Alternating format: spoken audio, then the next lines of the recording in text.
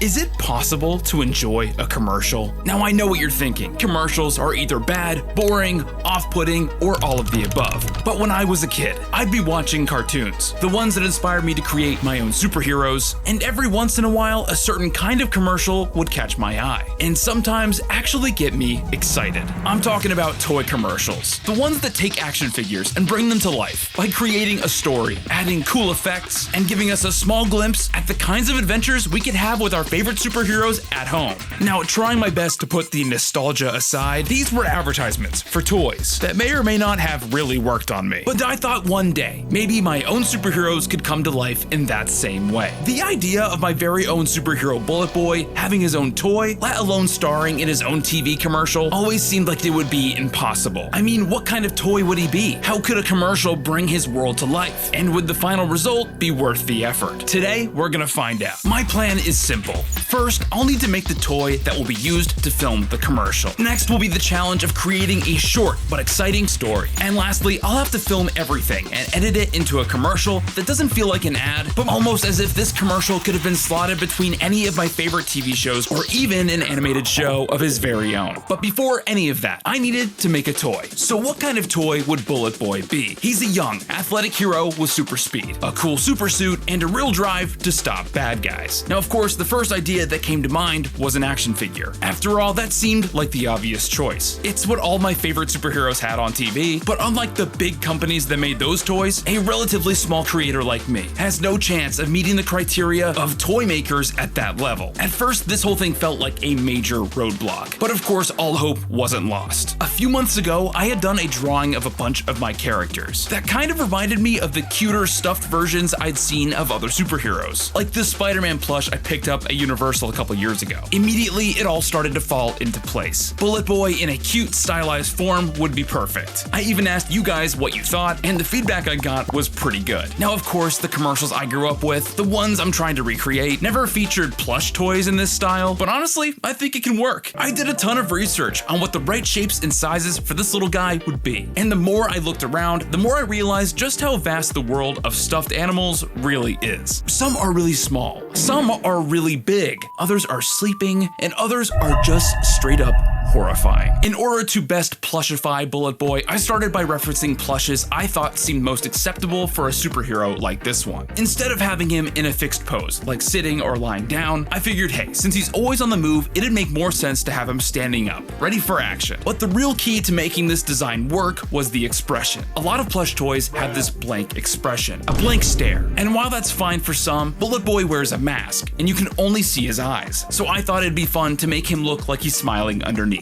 I mean, he's gonna be a soft, cuddly plush after all, and I think this happier expression fits his personality overall. Now, I've never tried to design anything like this before, so while I did my best to anticipate any design problems for the final product by drawing a full turnaround of the design, I figured I'd inevitably run into an issue somewhere, especially with Bullet Boy's hair, because the hair is a pretty big part of his design, and if I couldn't get it to look right, I might regret this whole thing. Even then, I did my best to keep the colors simple and leave out as much shading as I possibly could. While it didn't take long to find a manufacturer I could work with, turning this 2D drawing into a real 3D object was quite the challenge. Just like I expected, the hair gave us the most trouble. And when we really started pushing the limits, I did tons of sketches to help the toy designers give Bullet Boy's hair the right look. This whole process gave me a brand new appreciation for the people that bring these flat concepts into the 3D world, with no more than cotton, fabric, and stitching. And for not just one, an entire army of them. So while that was being made, I started planning the commercial. And by taking a quick look at a few iconic toy ads, I think we'll be on the right track. A lot of these commercials have to grab your attention fast, usually starting with the recognizable brand logo so you know exactly what you're signing up for. They waste absolutely no time getting into the meat of the action. In just a sentence or two of narration, the toys come swinging in, showing off the different things it can do, oftentimes in an environment that you wish came with the toy, which is actually why they had to include a lot of legal text at the bottom so little Timmy didn't think think that the entire backdrop or every prop they used to film the commercial would come with the action figure. I kinda wish it did, because it really would have saved future me a headache. But something I noticed when watching a lot of these toy commercials was that a lot of them were for a full line of toys. I was only planning to make one, so if in my commercial Bullet Boy needed to save the city, I'd have to find some way to make a villain that he could fight. And since issue 2 featured a Voyager, I figured he'd be the perfect villain for this commercial. Now fortunately, I had already made this bobblehead style drawing of a Voyager a year or so ago for a Bullet Boy animated short, so I quickly sent the drawing to my printer and cut him out in such a way that would allow me to fold the paper and stand him up. I even made a version of this that you can download on my website for free, in case any of your toys need an Voyager to fight. And now that I've got my commercial checklist, with everything my toy commercial needs, it's about time to start filming. All I needed was my plush Bullet Boy, and way sooner than I expected it, the sample had arrived. The colors and lines were perfect, just like the drawing I sent over for reference. He was just the right size, plushy like you'd expect, and now that I was holding him in my hands, it was time for him to star in his very own commercial and bring it all full circle. The only problem left to solve was the backgrounds. And while the makers of these toy commercials were no doubt shooting on studio backlots or large sound stages, I was just shooting in the living room of my apartment, which meant my options for building a small city were extremely limited, if not completely impossible, especially if I was going to have to buy all of the supplies, spend time building it, and then destroy it. And before I had completely given up on having a city backdrop for this commercial, I reached far back into my mind palace for creative ideas that could help me solve the problem. I had remembered a behind-the-scenes clip I watched years ago for Star Wars The Mandalorian. On that show, they were able to utilize a backdrop technique that, with the use of a massive LED screen, allowed the creators to put their actors anywhere, just by changing the 3D model used on the screen. Unfortunately, that was a little out of my price range, but it did give me a good idea of how I could film it at home on a budget. To test this out, I threw up an hour-long video that was just a green background, and started shooting some tests by throwing Bullet Boy in front of it, thinking that if this looked alright, I could key out the background and put whatever I wanted behind him. I think I might have gotten a little carried away with the green screen, especially when it came to getting the perfect shot with slow-mo. And after viewing the results, I started to feel totally unstoppable. I spent a good amount of time playing with this plushy Bullet Boy in front of my TV, over backgrounds that felt like sci-fi technology, an action scene right out of an anime, and of course, a city backdrop, making sure that the colors would allow anything that I was showing in the foreground to pop. Then all that was left to do was import the footage I had taken on my phone and start compiling the best shots for the commercial. There was so much good footage that I could use, but I did my best to choose only the shots that helped tell the story of the video. And as you can imagine, it all started fitting into place pretty quickly. I did some quick voiceover lines for Bullet Boy and for a Voyager, and put on the best toy narrator voice I could possibly do, which might have been a little too easy for me. I guess all that time spent watching commercials between the shows came in handy eventually. And before I knew it, I had a short commercial featuring my superhero in toy form that in some small way brings the world of Bullet Boy to life. You can click right here to watch the commercial, and if you want one of these Bullet Boy plushes, they're available on my website, XanderFlicks.com, available while supplies last, so get them while you can.